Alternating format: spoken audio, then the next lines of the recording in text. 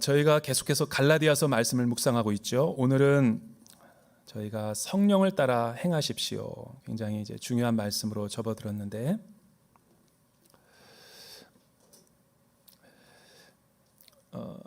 이제 갈라디아서의 이제 말씀을 우리가 지금까지 쭉 살펴보고 있는데,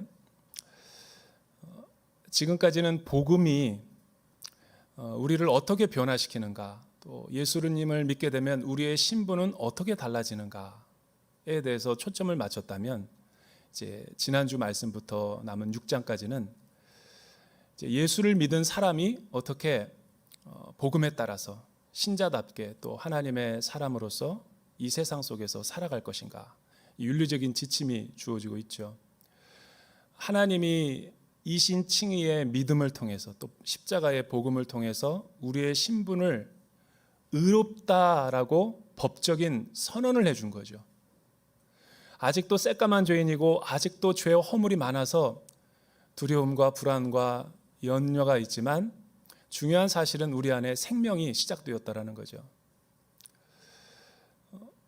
우리가 아무리 그리스도인의 신분을 또 하나님의 백성으로 인정을 해 주었다 할지라도 실제 내 생활 속에서의 삶, 가정과 일터와 또 직장과 우리의 사회 관계 속에서의 삶은 여전히 그리스도임에도 불구하고 욕을 먹고 이기적이라고 그러고, 그거밖에 안 되냐, 예수 믿는 사람들 때문에 내가 교회 못 나가겠다, 이런 지탄을 받을 때도 있지만, 그거는 사람들이 보는 관점이고 하나님이 우리를 보실 때는 세인트, 성, 거룩한 하나님의 백성으로 우리를 인정해 주었다라는 거예요. 이건 사람과 관련되지 않은 사실입니다. 그걸 어떻게 표현할까라고 세종에 이제 설교하고 오다가 이제 차 안에서 갑자기 든 번뜩이는 아이디어가 생각났어요. 우리가 다 결혼을 해서 자녀를 낳아보죠. 여러분, 10달을 배 안에서 차고 이제 새 생명으로 태어났을 때 그 아이는 사실은 핏덩어리에 불과한 어린 생명체입니다. 그러나 사람이죠. 짐승이 아니라 사람입니다. 그런데 그렇게 태어난 아이가 아장아장 걷게 되고, 또 초등학교를 다니고 중고등학교를 다니고 대학교를 다니며 결혼하고, 아무리 성인이 돼도 부모 눈엔 보기에는 사람 노릇을 못하는 것처럼 보이죠. 분명 사람으로 태어났는데 사람답게 살아가는 데는 꽤 시간이 걸리죠. 그걸 성숙한다 그래요. 그러니까 그리스도인들이 아무리 부족하고 연약하고 흠이 많다 할지라도 사람이 우리를 의롭다 칭하여 준 것이 아니라 그리스도의 복음과 또 십자가의 대속의 은혜가 우리를 이렇게 하나님의 자녀답게 살아갈 수 있는 근거요, 토대요, 시작이 되었기 때문에 이게 다 완성이 아니죠. 여기에 만족하면 이제 구원파나 신천지에 빠지게 되는 거고, 이거를 근거로 해서 우리가 이제 성령의 능력을 따라서 열매를 맺으며 풍성한 삶을 살아가게 되는 거죠. 여러분, 아무리 우리가 이 미국의 시티즌십을 따서 시민권을 얻었다 할지라도 이 미국인처럼 언어를 구사하고 미국인처럼 문화생활을 향유하면서 누리면서 살아가는 것은 이민 간 사람으로는 쉽지 않습니다. 예수를 믿는다라는 것은 세상에 살다가 하나님의 나라로 이민을 간 것과 같아요. 주권이 교체가 된 거죠. 세상에 다스리는 지배의 원리가 있지만 하나님의 나라의 백성으로 들어왔을 때는 하나님의 나라의 통치를 받아야지 그리스도인답게 살아갈 수 있는 거예요. 그래서 예수 믿는 것을 자랑하기보다는 우리가 날마다 그리스도 안에 머물면서 성숙해가는 그것을 목표로 해서 살아가는 그리스도인이 지혜로운 사람인 거죠. 오늘 어떤 말씀이 우리에게 주어지는지 한번 하나하나 살펴보길 원합니다. 16절서부터 21절 우리 같이 한번, 좀 길지만 크게 한번 읽어보죠. 16절에서 21절 시작. 내가 또 말합니다. 여러분은 성령을 따라 행하십시오. 그러면 결코 육체의 욕망을 채우려고 하지 않게 될 것입니다. 육체의 욕망은 성령을 거스리고 성령의 욕망은 육체를 거스릅니다. 이 둘은 서로 상반되기 때문에 여러분이 원하는 것들을 할 수 없게 합니다. 그러나 만일 여러분이 성령의 인도를 받는다면 여러분은 율법 아래 있지 않습니다. 육체의 일들은 명백합니다. 곧 음행과 더러움과 방종과 우상 숭배와 마술과 원수 맺음과 다툼과 시기와 분노와 이기심과 분열과 분파와 질투와 술 취함과 방탕과 또 이와 같은 것들입니다. 내가 전에 경고한 것처럼 지금도 경고합니다. 이런 일을 행하는 사람들은 하나님의 나라를 상속받지 못할 것입니다. 원래 사실은 이제 이 말씀의 이 구조 내용에 따라서 단락을 우리가 잡아보면 이제 16절부터가 아니라 사실은 13절부터 26절까지가 한 맥락이에요. 그리고 5장 1절서부터는 이제 4장까지는 이 진리와 복음의 교리가 이제 진술이 되고 있고 5장과 6장서부터는 이제 그 복음을 들은 사람이 어떻게 살아가야 되는지 실제 삶에서 윤리적인 권면이 나오는 거죠. 그래서 5장 1절 지난주 말씀에 이렇게 선포했죠. 그리스도께서 우리를 해방시켜 주신 것은 자유를 누리게 하기 위함입니다. 그러므로 굳건히 서서 다시는 종의 멍에를 매지 마십시오. 은혜는 주는 것이고 믿음은 받는 거예요. 믿음은 내가 무엇을 하나님을 위해서 구원을 받기 위해서 행하는 행위가 아니죠. 하나님이 행하신 일을 내가 인정하고 그 주권을 내가 수용하는 것이 믿음이에요. 결과적으로 보니까 내가 믿는다라고 하니까 그렇게 믿음으로밖에 표현이 안 되는 거지만 엄밀한 의미에서는 하나님이 행하신 일을 우리가 믿는 거죠. 우리가 구원을 받은 것은 우리 노력이나 행위가 아니죠. 하나님께서 하신 일을 우리가 겸손히 받아들일 때 성령의 역사가 우리 안에 나타나는 거예요. 그전에는 내가 뭔가를 해보려고 막 이렇게 살아보려고 했는 것이 율법적인 행위라면, 삶이었다면 이제 그리스도의 나라, 하나님의 나라로 우리가 오게 된 것은 내 힘과 내 능력이 아니라 이제 하나님을 의지하면서 매일매일 살겠다라는 신앙 고백이죠.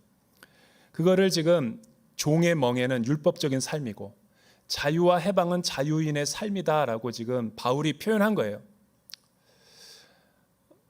우리는 언약을 통해서 그리스도를 믿음으로 자유인이 된 사라의 자녀들이고 예수 믿기 전에 우리가 살았던 모든 과거의 삶은 하갈의 자녀인 이스마엘과 같은 삶을 살았던 종의 얽매였던 사람들인 거예요.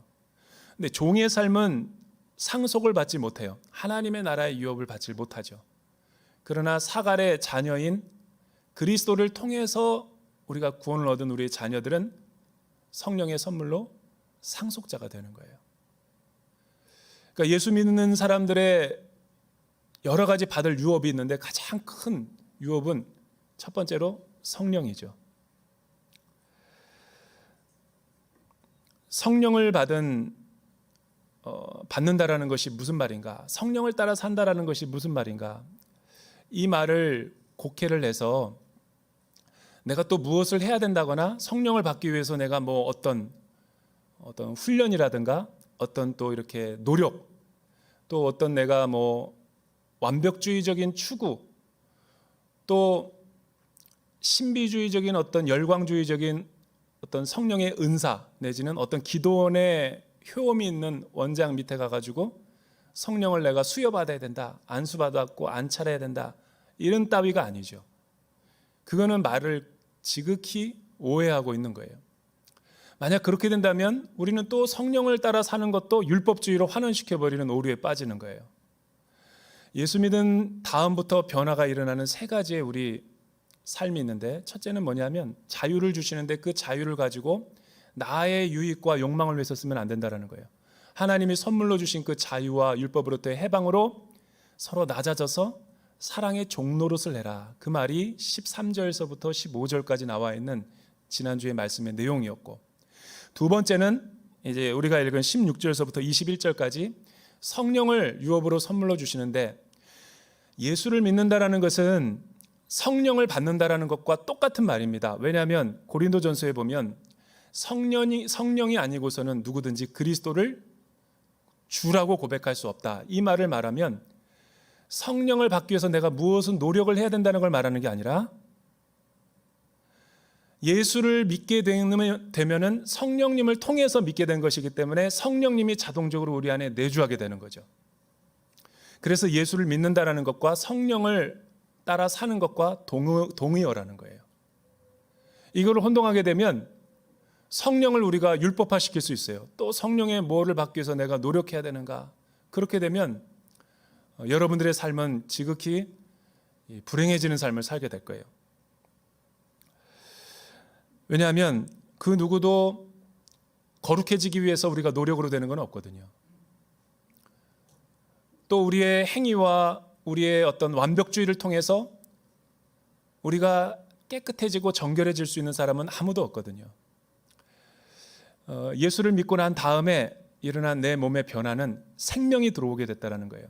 속사람이 변화돼서 영혼이 하늘로부터 거듭나서 중생과 새 생명이 내 안에 이제 자라게 된 거고, 이제 문제는 뭐냐면 이 몸, 아담의 범죄한 이 유전을 받은 아담의 유전자를 가진 이 육신의 장막과 육신의 몸은 아직 이렇게 사라지지 않았다는 게 문제죠. 그러니까 이 육체의 욕망과 소욕과 이 성령이 생명에 통해서 자라나기 때문에 성령의 소욕이 충돌하는 거예요. 이게 이 땅 가운데서 그리스도인의 살아가는 삶의 실존이죠. 이거를 부정하면 안 되고 계속 금행이나 금욕이나 고행이나 자기 수련을 통해서 학대해가지고 뭔가를 더 나은 어떤 고양된 삶, 거룩한 삶, 3000층에 올라가가지고 자기가 뭔가 새로운 신과 합일된 삶을 살겠다라는 행위로 성령의 거룩함에 도달하려고 하는 사람은 반드시 무너지게 돼 있어요. 왜냐하면 저와 여러분이 완전한 성화와 완전한 죄를 안 짓는 단계는 장례식을 통해서 이제 육체의 소욕이 우리를 더 이상 힘들게 하지 못하는 거예요. 여러분, 예수 믿는 사람들도요, 예수 아무리 잘 믿고 아무리 이 신앙생활 열심히 하는 사람들도 죄의 유혹과 시험에 빠집니다. 또 다시 옛날로 돌아갈 수 있어요. 그러나 그럼에도 불구하고 우리 안에 일어난 위로부터의 생명은 부정할 수 없는 사실이에요. 그래서 바울이 지금 이야기하는 것은 우리 안에 일어난 영적인 변화를 여러분들이 주목하라는 거예요.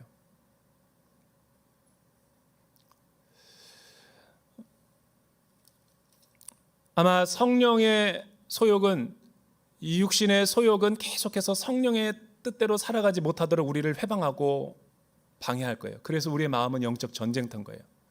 그러나 중요한 것은 아담의 원죄와 그 죽음의 뿌리를, 절대적인 죄를 예수님께서 십자가와 복음으로 완전히 멸하셨기 때문에 우리는 이 남아있는 육체의 작은 잔재들을 뿌리 뽑을 수 있는 힘이 생긴 거죠.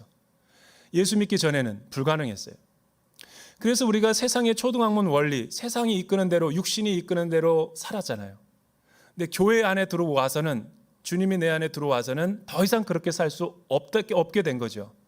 왜? 주님이 시작하신 이 믿음으로 우리가 남은 소욕들을 이길 수 있는 토대를 마련해 주었기 때문에 이제 예수만 잘 믿고 여기서 우리가 머물게 되면 이 성령의 열매는 내가 맺는 게 아니라 성령께서 역사하셔서 자라게 하시는 거예요. 그래서 바울은 성령에 따라 사십시오라는 말을 이렇게 표현하는 거죠. 우리 몸 안에는 육체의 아주 소욕과 시험거리들이 많은데 대표적으로 15개를 열거하고 있는 거예요.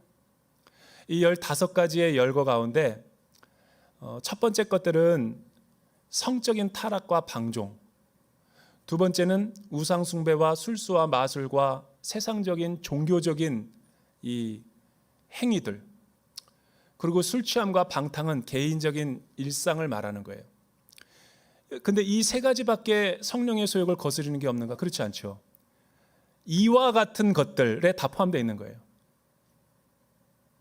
15가지만 대표적으로 한 거고 이와 같은 것들의 나머지 것들이 다 포함되어 있는 거죠. 10계명의 10번째가 내 이웃을 탐내지 말라. 10계명의 하나님의 원리가 10가지만 있는 게 아니라 내 이웃의 물건을 탐하지 말라, 탐욕에 다 들어가 있는 거예요. 1000가지, 10,000가지가. 그러니까 우리가 율법과 하나님의 뜻을 축소하고 윤리적으로 왜곡하면 안 되는 거죠. 이런 것들을 피하는 게 성령에 따라 행하는 삶이라는 거예요. 만약에 우리가 이런 것들을 피할 수 있는 능력이 없다면 이렇게 말하지 않았을 거예요. 예수가 내 안에 들어오고 주님이 내 삶을 다스리고 통치하게 되면 우리는 충분히 과거와 달리 피할 수 있게 돼요.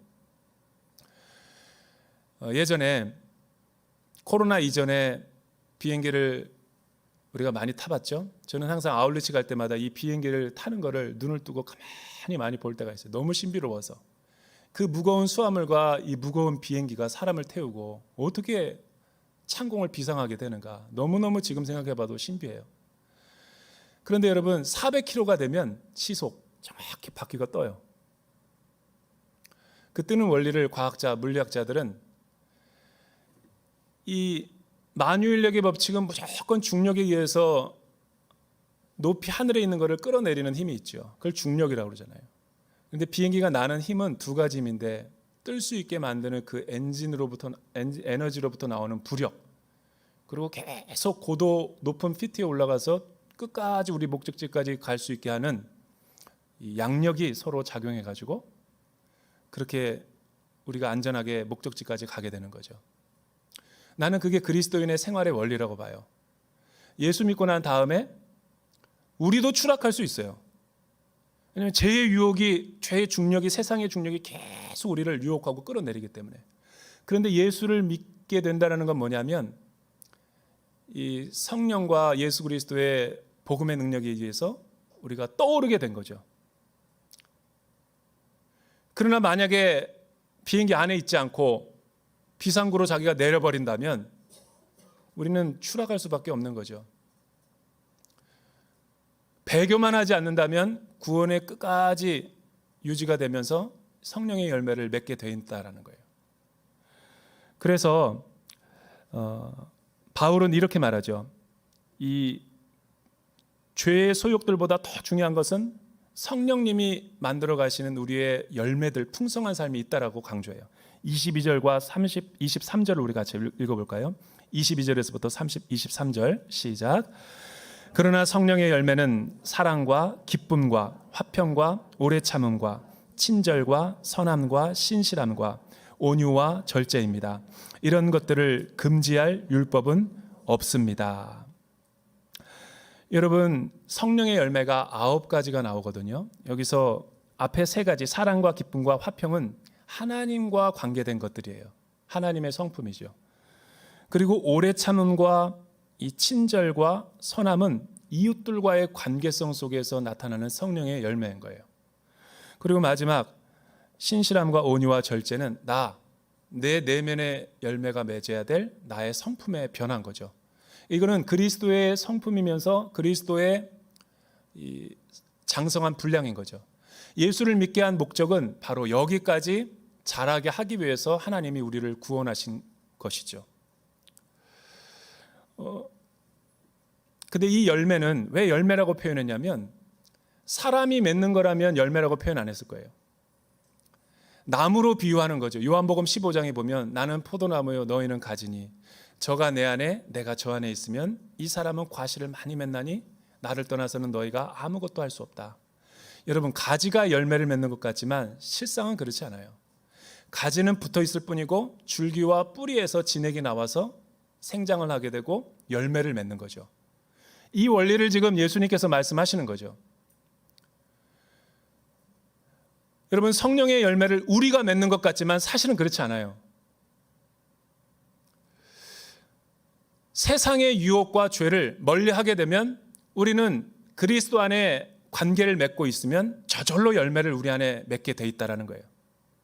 여러분, 예수 믿기 이전과 예수 믿고 나서의 우리의 성품을 한번 돌아보세요. 상당히 많이 바뀌었어요. 나보다 내 주변에 있는 사람이 더 잘 알죠. 사랑이 내 안에는 원래 받아보지도 못했고 나는 사랑을 베풀 줄도 모르는 사람이었어요. 그런데 성령님이 내주하면서 내 안에 계속해서 은혜 받게 하시면 이 눈이 열려지고 이기적이었던 내가 이웃들을 돌아보게 타인을 생각하게 된다는 게 기적이죠. 본래 나는 이기적인 사람이고 나 중심적인 사람이었어요. 그런데 엔젤 트리를 보면서 갑자기 마음이 동하고 내 몸이 움직여지기 시작한다는 건 성령께서 워킹하고 있는 거죠. 그리고 미자립 교회를 생각하면 자꾸만 내 마음이 동요가 일어나요. 다른 때는 안 그랬는데 올 한 해는 유난히 교회들의 모습을 생각하면 기도하게 되고, 그건 성령님이 말씀하시는 거예요, 나에게. 여러분, 기쁨은 뭐죠? 예수 믿는 사람들이 고쳐야 될 잘못된 태도가 뭐냐면, 교회를 장례식장으로 알아요. 그리고 교회 와가지고 맨날 울면서 기도해요. 여러분, 우는 것은 좋지만 계속해서 예수 믿고 나서 평생 울기만 하면 그것은 하나님이 우리를 부르신 부르심의 목적을 모르는 거예요. 기독교는 슬픔의 종교가 아니라 기쁨의 종교입니다. 기독교인은 희락주의자예요. 세상에 아무리 소망이 없다 할지라도 예수 믿는 사람의 얼굴을 보면 기쁨이 있어야 돼요. 그게 우리에게 소망을 주시는 이유죠. 기뻐하셔야 돼요. 주 안에서 내가 너희에게 말하노니 항상 기뻐하라. 엘리베이터를 타면 성도님들이 웃어야 돼요. 밝아야 돼요. 우리 스마일 어게인 캠페인을 해야 돼요, 한번. 이 충청도 문화가 다 좋은데 표현하지 않는 문화가 좀 약점인 것 같아요. 안녕하세요 이렇게 따뜻하게 인사하고 먼저 찾아가고 손을 잡아주고, 그게 예수 믿는 사람들의 태도예요. 여러분, 세 번째 열매는 화평입니다. 화평. 예수 믿는 사람들은 가는 곳마다 트러블 메이커, 분란을 일으키면 그거는 예수 잘못 믿은 거예요. 예수 믿는 사람들이 가는 곳마다 분쟁이 있는 곳에 하나가 되고, 또 예수 믿는 사람들이 가는 곳마다 기쁨의 근원이 되고 또 서로 화목하게 되는 거예요. 내가 가는 곳마다 영적인 부흥이 일어나는가? 내가 가는 곳마다 교회가 분열되는가? 내가 가는 곳마다 순원들이 늘어나는가? 내가 가는 곳마다 나를 사람들이 멀리하는가? 여러분, 예수 믿는 사람들은 기쁨과 평화의 사신이 돼야 되는 거예요. 세 번째는 오래 참음이에요. 네 번째로 오래 참음. 여러분, 타인과의 관계 속에서 우리가 예수 믿는 사람들의 매력이 오래 참음인 거예요. 이걸 알 수 있는 실험장이 어디예요? 가정이죠. 배우자와 자녀들을 보면, 영어 성경에 보면은 이 오래 참음이라는 번역이 long suffering이라고 돼 있더라고요. 여러분, 사랑은 무조건이야 이런 거 아닙니다. 이건 유행가 가사고요. 그런 거는 신혼 초기에 3개월이면 다 끝나요. 여러분, 사랑은 뭔지 아세요? long suffering입니다. 죽을 때까지 고통받는 거예요. 배우자 때문에, 자녀들 때문에. 그 각오가 있는 사람이 결혼 생활을 하는 거예요. 사랑이 롱 서퍼링이래요. 사랑이 로man틱한 장소에 가서 선물 주고, 그거는 아직 사랑을 모르는 사람 단계고. 친절. 예수 믿는 사람들은 친절해야 돼요. 배려도 많아야 되고. 누가 이 교회 주차를 파킹을 잘못해가지고 거기다가 사이드 브레이크를 올려놨어. 나 급하게 가야 되는데 그냥 화가 나가지고 전화했더니 막 내려왔어요. 막 소리 지르고 분노 지르고 싶고 막 정죄하고 싶지만, 아유, 이렇게 빨리 내려오시네요.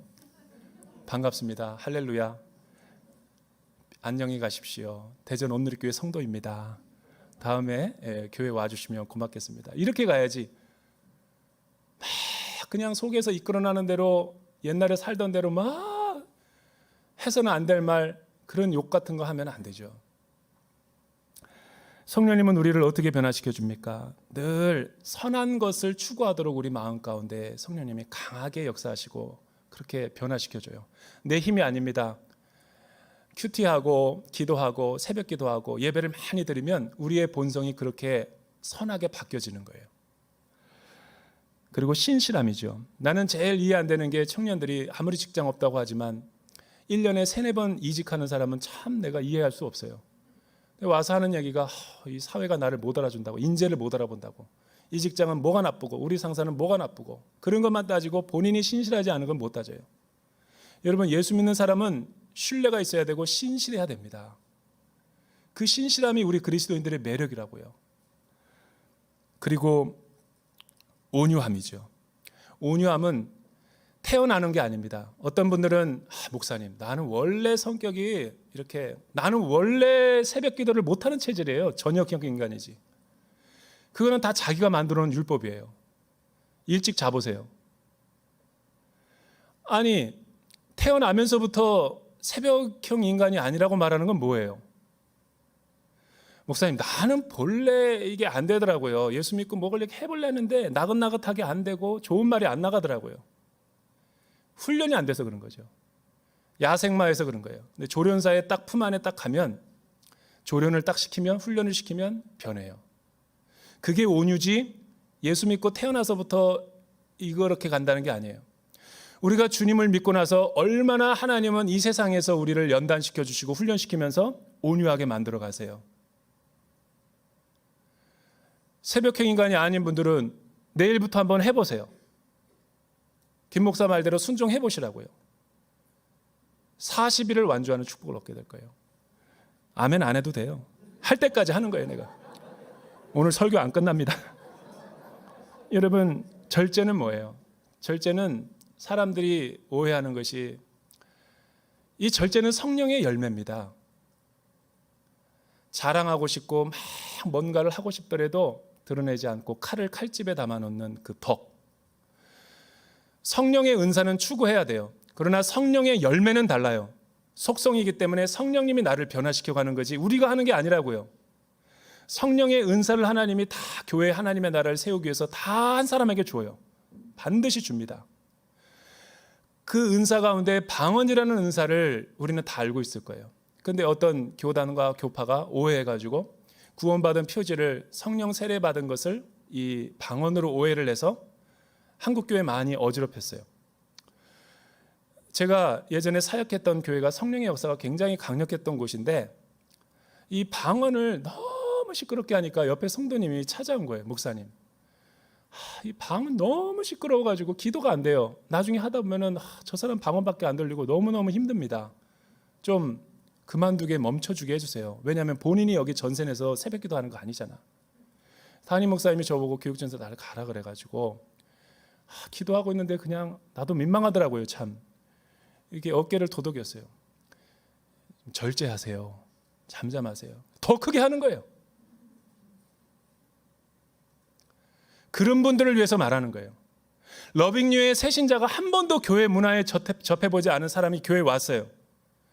그런데 계속 중보한다고 주일날 예배 때 방언하고 식사기도 할 때도 방언하고 무슨 기도만 하면 방언을 하는 사람이 있어요.